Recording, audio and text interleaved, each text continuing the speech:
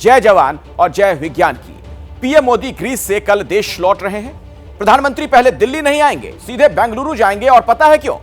PM Modi Bengaluru जाकर पहले इसरो के इन साइंटिस्टों से मिलेंगे जिन्होंने चांद पर कामयाबी की दास्तान लिखी।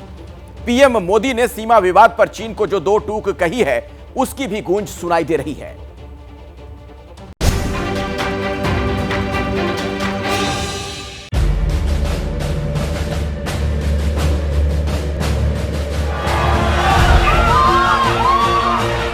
एक तरफ जय जवान, दूसरी तरफ जय विज्ञान। एक तरफ बॉर्डर का मसला, दूसरी तरफ स्पेस में ऊंची छलांग।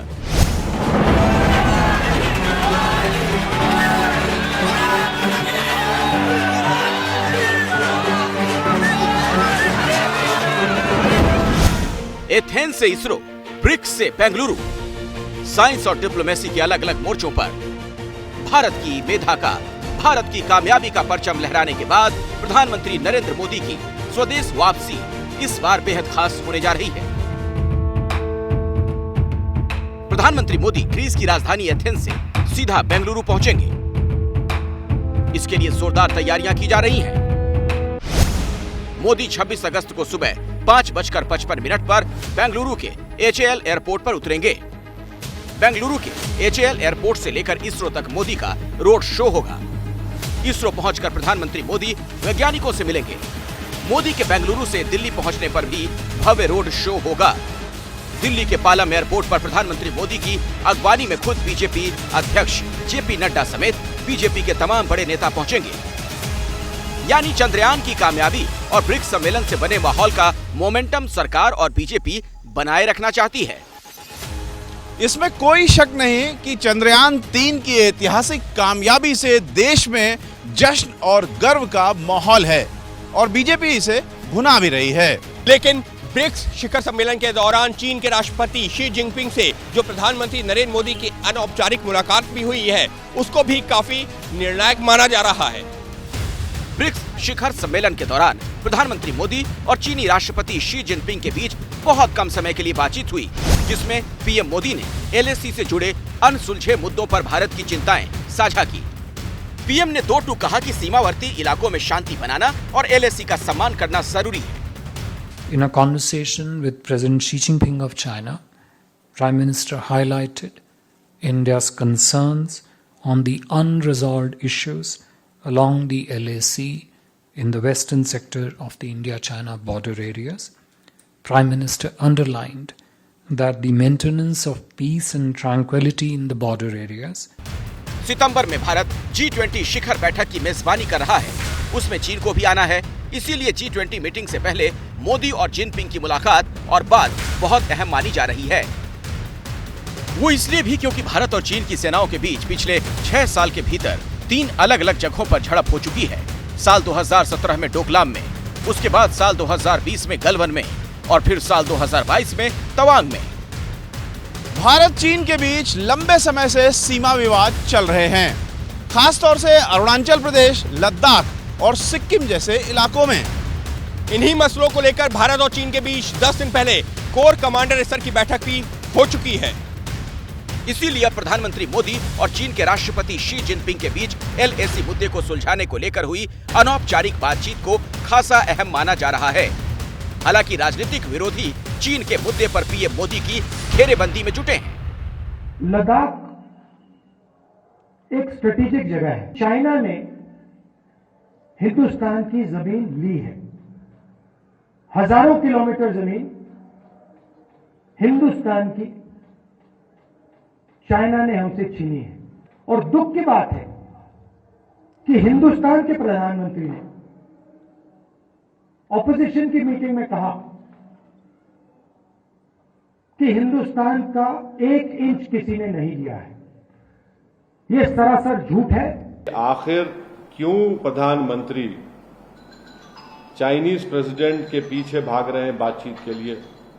आखिर क्यों देश के प्रधानमंत्री देश को अंधेरे में रख रहे हैं कि लद्दाख बॉर्डर पर क्या हो रहा है? पिछले 40 महीने से हमारी बहादुर फौज 50,000 के करीब वहां पर हजारों फीट ऊंचे पहाड़ियों पर बैठकर बड़ी बेबाकी और बहादुरी के साथ चीन की फौज का वहां पर ठहर कर उनसे मुकाबला कर रही है। राहुल गांधी जी आदतन फितरतन भारत के बारे में, भारतीय समाज के बारे में, राष्ट्रीय स्वयंसेवक संघ के बारे में और इन सब से बढ़कर बात की बात में चीन के बारे में आधारहीन और अनर्गल बयान देने के आदी हो गए। चीन के मुद्दे पर राजनीतिक विरोधियों की छींटाकशी के बीच बीजेपी चंद्रयान 3 की कामयाबी और ब्रिक्स शिखर सम्मेलन में पीएम मोदी की दमदार मौजूदगी को भारत के गौरव से जोड़कर जश्न मना रही है। चांद पर भारत के इतिहास रच देने की दास्तान को पीएम मोदी तो ब्रिक्स के मंच पर भी साझा कर चुके हैं। कल शाम भारत के चंद्रयान ने चांद के दक्षिण ध्रुव पर सॉफ्ट लैंडिंग की।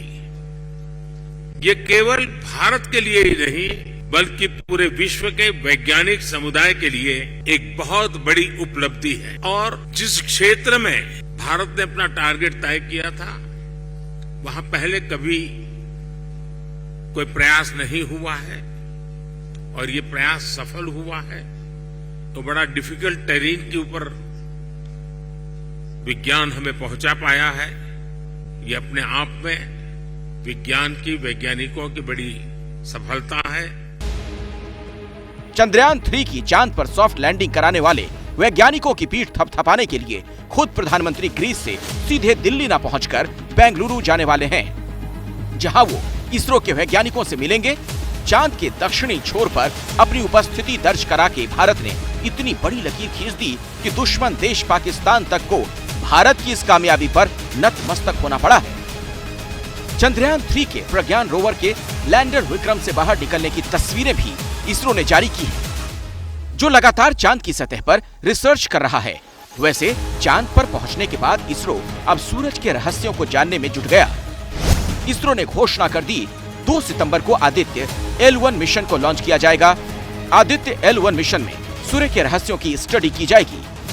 यानी चांद के साउथ पोलर रीजन में चंद्रयान 3 की कामयाब सॉफ्ट लैंडिंग कराने के 10 दिन बाद ही इसरो सूरज के रहस्यों की परतें खोलने की ओर कदम बढ़ा रहा है। लेकिन अगले महीने ही भारत के लिए गौरव का एक बड़ा मौका और आने वाला है, और वो मौका है G20 शिखर सम्मेलन की मेजबानी का।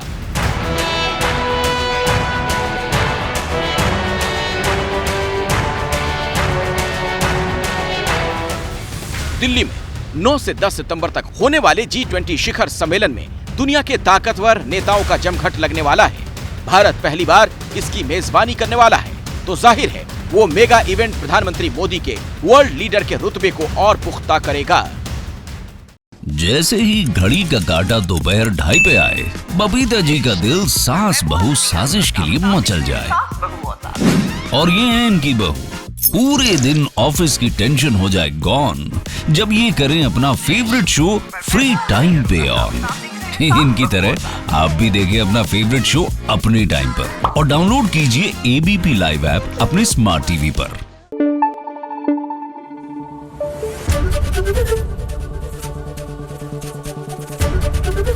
ABP न्यूज आपको रखे आगे।